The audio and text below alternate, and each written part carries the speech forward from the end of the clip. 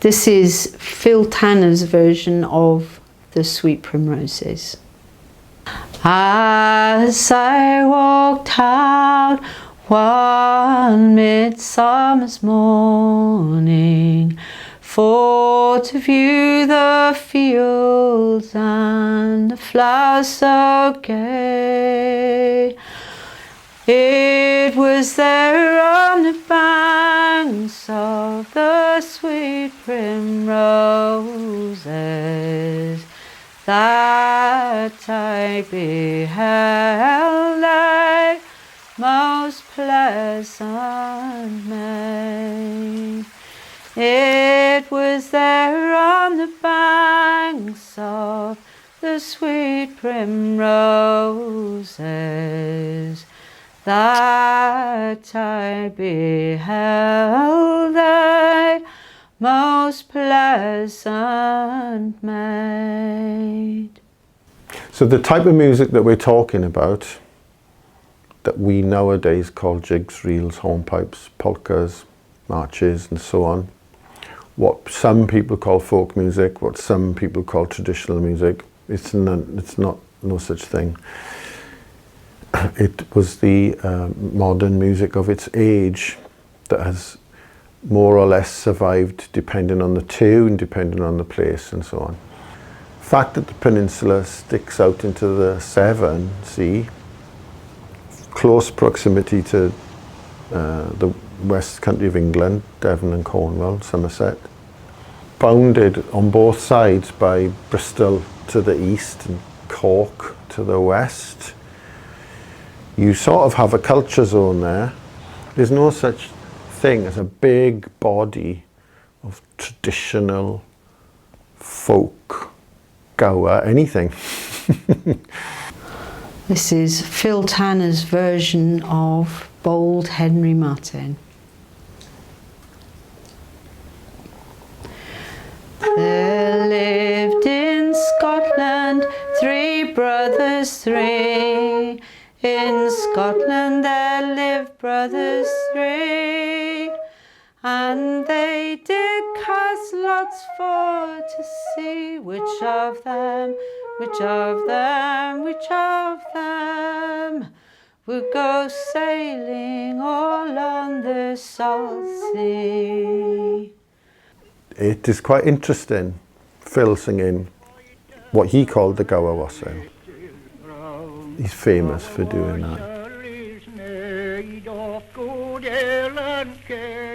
Those self-identifying as English will say, well, wassailing is an Anglo-Saxon word, it belongs to the west country of England, it's therefore an English song. Welsh people will be going, no, it's part of the mumming tradition of the Mary Lloyd and all the rest of it, and therefore it's all completely wrong, really. Our wassail is made of an elberry bough, although my good neighbour will drink unto thou.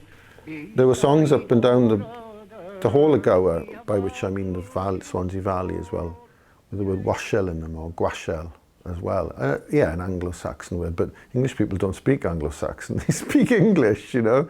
So it's a mad old word for a seasonal thing. But Phil sings that particular tune anyway. Where did Phil get the tune from?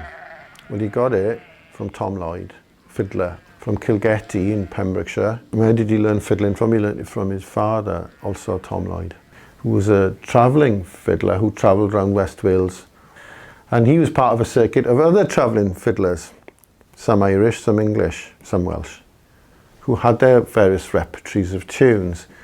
So Tom Lloyd plays for Phil Tanner a tune that Tom probably learnt as Calennig, the name of the tune as Calennig, an old tune that at one point in the Baroque era in mid-Wales had existed very much on the harp. Tom later retired to Mumbles where Phil met him, Phil being a young kid. From the musician's point of view, you play it as you learnt it from the person you learnt it from, unless you've made the tune yourself. And I'd say a good 70% of stuff is rehashing, if you like, of what you've heard from other people. Mr George Tucker of Horton and March of the Men of Devon. Oh, he's real comedian, he was. He enjoyed it, like. He had the gift of the gab, like, and he didn't have to think, like, no notes. You know, he just spoke on and on and on and on. And he'd go on all night there to tell him, like, just stop now, George, you want to go to bed. That's the way this music works, really. You hear something and you have a memory of where you heard it. From the musician's point of view, you play it as you learnt it from the person you learnt it from. You're honouring the person, that memory thing, by calling it after them. He lived down the bottom of the village and he kept a shop and a guest house. And he was the local preacher. And he's a very good preacher, and he was a local builder as well. And he built a lot of houses in the village. And voting days, he always stood in the council, but he always go around and pick everyone up so they could come to vote in the car. George would ring up and say, voting day, don't forget to come, I'll come and pick you up to make sure you had the votes. Oh, old people weren't dealt with it. But it's a mistake to call it folk music, and it's a mistake to call it traditional, and there's really a mistake to call it Gower. It's just that there it flowers, there it blossoms, and there it dies again.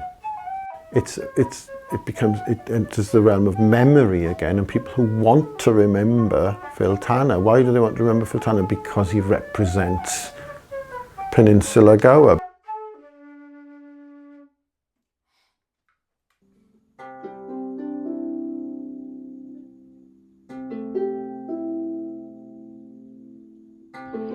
Bid-in weddings had been numerous in Gower for many years, but they had virtually died out. And this one in 1906 was the last one that ever was held. Most people in those days were farmers' sons marrying farmers' daughters, and this was the case in George Nicholas and Margaret Tucker. Perhaps a farmer would bring along a pen of lambs, or a couple of weaner pigs from somewhere else, a calf maybe, and then people would bid on these and buy them, and the money would go to the young couple.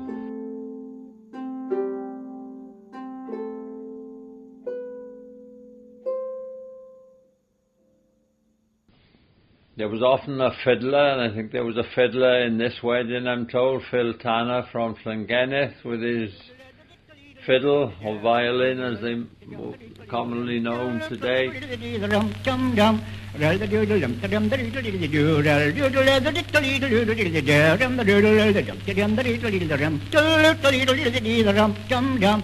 a character and he used to sing along to his fiddle.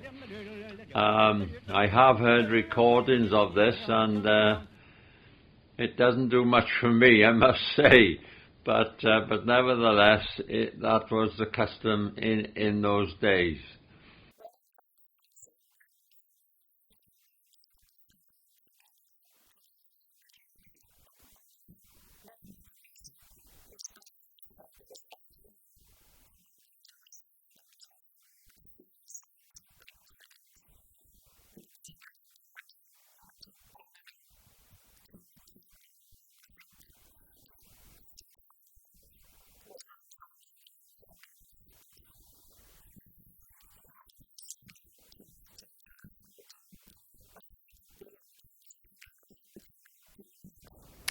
Stand off, young man, and don't be so deceitful, for which you are the cause of all my pain. It is you that has caused my poor heart to wander, and to find me comfort, it's all in vain. It is you that have caused my poor heart to wander, and to find me comfort, it's all in vain.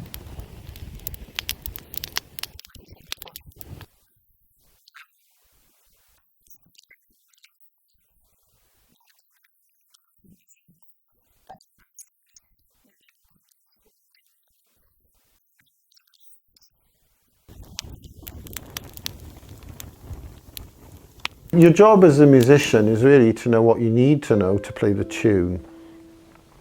And then beyond that, anything you learn helps you play the tune better.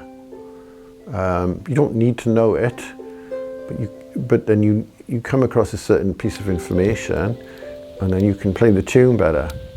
But you don't like the way they play it, or you don't like that note in it, or you think this note's better than it, and so on. And that's always what's happened. That's where the tunes change, and that's what it's all about. It's a conversation between the present and the past whilst looking into the future.